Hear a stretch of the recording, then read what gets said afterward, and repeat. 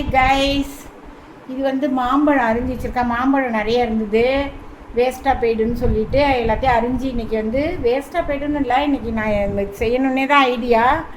இது வந்து மாம்பழத்தில் ரோல் பண்ணுவாங்க இல்லையா, மாம்பழம் டாப்பி ரோல், அது பண்ணலாம் அப்படின்ட்டு. மாங்காய் ஜெல்லி ரோல் செய்வோன்னு, மேங்கோ ஜெல்லி ரோல் செய்வோன்னு மாம்பழம் எல்லாம் கட் பண்ணி வச்சுருக்கேன். வந்து நாட்டு சக்கரை கொஞ்சம் வச்சுருக்கேன், நாட்டு சக்கரை சரி ஜீனி வச்சுருக்கேன் கொஞ்சம். பாருங்க, நாட்டு சக்கரை கொஞ்சம் வச்சுருக்கேன், ரெண்டு கலந்து போட்டுக்கலான்னு இது போட்டுக்கேன். இது வந்து மாம்பழம் வந்து ஒரு இது அரைச்சிக்கிறேன். இது ஸ்வீட்டு நம்ம இஷ்டம்தான் போட்டுக்கிறது. இதில் வந்து இதை உங்களுக்கு நான் இப்போ காமிக்கிறேன், செய்கிறது காமிக்கிறேன். அரைச்செடுத்துக்கிறோம் மேரங்கோவை நல்லா திப்பை இல்லாமல், அதனால இதில் கொட்டுறோம். இதில் கொட்டி வாசனை அடிக்குது, நல்லா நல்லா வாசமாக இருக்கும். வாசனை உங்களுக்கு இல்லாமல் இருக்குது மாம்பழம் இல்லையா. இதில் வந்து திப்பையெல்லாம் இருக்கும்ல, அதனால் அதை நல்லா கரெக்ட் பண்ணிக்கிறோம். அப்போ தான் அந்த ஜெல்லி நல்லாயிருக்கும், ஜெல்லி ரோல் நல்லா வளவழன்னு இருக்கும். அதனால் நம்ம இதில் நல்லா வடிகட்டி எடுத்துக்கிறோம். தெரியுதா? ஃபுல்லாக தெரியுதா உங்களுக்கு? கீழே இறக்கிட்டா ஓகே, நல்லாவே தெரியும். இதை நல்லா எடுத்துக்கிறோம், அரைச்சி நல்லா சலிச்சு வச்சுருக்கேன். அந்த சின்ன சின்ன திப்பையெல்லாம் எடுத்துட்டு அதை வச்சுருக்கேன். இப்போ வந்து இதில் ஒரு கப்பு நாட்டு சக்கரை போட்டுக்கிறோம். பார்த்துங்க, அதாவது சக்கரை வந்து ஒரு அளவுன்னு கிடையாது. இனிப்பாக உள்ள மாம்பழமாக இருந்தால் கம்மியாக போட்டுக்கலாம். உங்களுக்கு ஸ்வீட் நல்லா பிடிக்கும் அப்படின்னா நிறைய போட்டுக்கலாம். நான் நாட்டு சக்கரை மட்டும் போல, நாட்டு சக்கரை ஒரு கப்பு போட்டுக்கிறேன். ஒரு கப்பு இல்லை, ஒரு குள்ள. அது இந்த கப்பு பெரிய கப்பாக இருக்கும், அதனால நான் வச்சுக்கிறேன். இது கப்பு மாதிரி தான் இருக்கும். என்னென்னா சொல்கிறேன், ஒரு கப்பு சக்கரை போட்டுக்கிறேன், ஜீனி போட்டுக்கிறேன். கொஞ்சம் ஸ்வீட்டு பிடிக்கும், அதனால் போட்டுக்கிறேன்.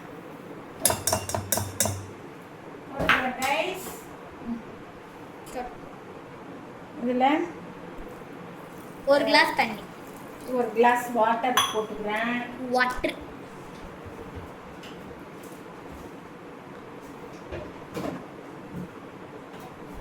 ஒரு கிளாஸ் வாட்டர் போட்டுருக்கேன். ஒரு ஸ்பூன், இதான் மெயினு, ஒரு ஸ்பூன் மிளகாய் பொடி போட்டுக்கிறேன், தனி மிளகாய் பொடி. இது வந்து நமக்கு காரமும் இருந்தாலும் நல்லாயிருக்கும், அதனால போட்டுக்கிறேன். கொஞ்சமாக ஸ்வீட்டை எடுத்து கொடுக்க உப்பு போட்டுக்கிறேன். அப்படியே ஆன் பண்ணிக்கிறேன். ஆன் பண்ணிட்டு நம்ம நல்லா இந்த சக்கரை இதை கிளறும். நான் இது சும்மா செஞ்சு வச்சுருவேன், வருஷத்துக்கு வருஷம் நிறைய பாட்டிலில் போட்டு வச்சுருவேன், பிள்ளைங்க எடுத்து சாப்பிடுவாங்க. இந்த மிளகாத்தூள் தான் இதில் ஹைலைட்ஸு, மிளகாத்தூள் ஹைலைட்ஸ் இது உங்களுக்கு. இதை நம்ம இது பண்ணிகிட்ருக்கோம். இது நம்ம போட்ட மிளகாத்தூள், நாட்டு சக்கரை, உப்பு, ஜீனி. இது பிகினர்ஸ் கூட செய்யலாம், ஆனால் அது பார்க்கும்போது நமக்கு பயமாக இருக்கும். நீங்கள் பயப்பட வேண்டியதில்லை. ரொம்ப இதுதான், இந்த பதமும் கிடையாது, பாகு பதம்லாம் கிடையாது. நல்லா சக்கரை தண்ணி இல்லாமல் கொதிக்க வேண்டியது தான். கொஞ்சம் நம்ம பழம்லாம் போட்டு தண்ணி இருந்துச்சுன்னா நம்ம இன்னும் கொஞ்சம் நாளைக்கு போட்டு காய்ச்சினோம்னா சரியாயிடும். ரொம்ப தண்ணியாக இல்லாமல் ஓரளவு. இது வந்து நான் சக்கரை வந்து பதம் கிடையாது, பாகு கிடையாது. சொல்லிடுமா? மினிட்ஸ் எல்லாம் தெரியாது. இப்போ ஒரு கொதிச்சுட்டு நம்ம வெல்லம் போட்டுக்கிறதுனால நம்ம இதை வந்து கொஞ்சம் வடிகட்டிப்போம் தண்ணியாக இருக்கும் போதே. ஏன்னா மண்ணுன்னு இருக்கும், அது அப்புறம் அந்த டேஸ்ட்டை குறைச்சிடும். பார்த்தீங்களா, மண் இருக்குது பாருங்கள், தெரியுதா? அதனால தான் சொல்கிறேன்.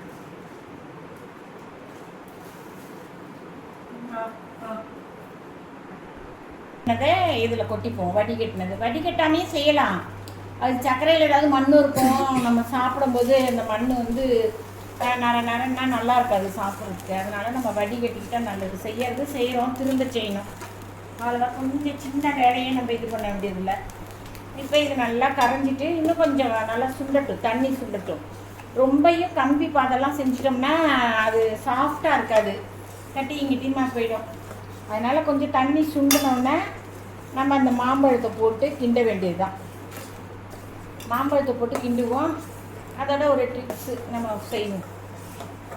நான் சொல்கிறேன். என்னம்மா இங்கே இப்படி கொதிக்க? எந்த கம்பி பதமும் கிடையாது, கம்பி பதமே தேவை கிடையாது. இது பாகு கரைஞ்சி கொஞ்சம் தண்ணி சுண்டுனா போதும். இதில் இப்போ இந்த மாம்பழத்தை கொட்டிக்கணும். நான் கொஞ்சம் கூட பாகு எடுத்து வச்சுருக்கேன், ஏன்னா சர்க்கரை நிறையா இருக்கா, தகுந்தாப்பில் போட்டு பொண்ணு எடுத்து வச்சுருக்கேன். எப்படி இருக்குது பாருங்கள், அழகாக இருக்கு கலர். எனக்கு சாரீ தான் ரொம்ப பிடிக்கும். இந்த கலரில் சாரீ இருந்தால் நல்லா இருக்கும். மாம்பழ கலர் சொல்லல, இந்த கலரு சிம்போரி டிசைன் மாதிரி இருக்குது.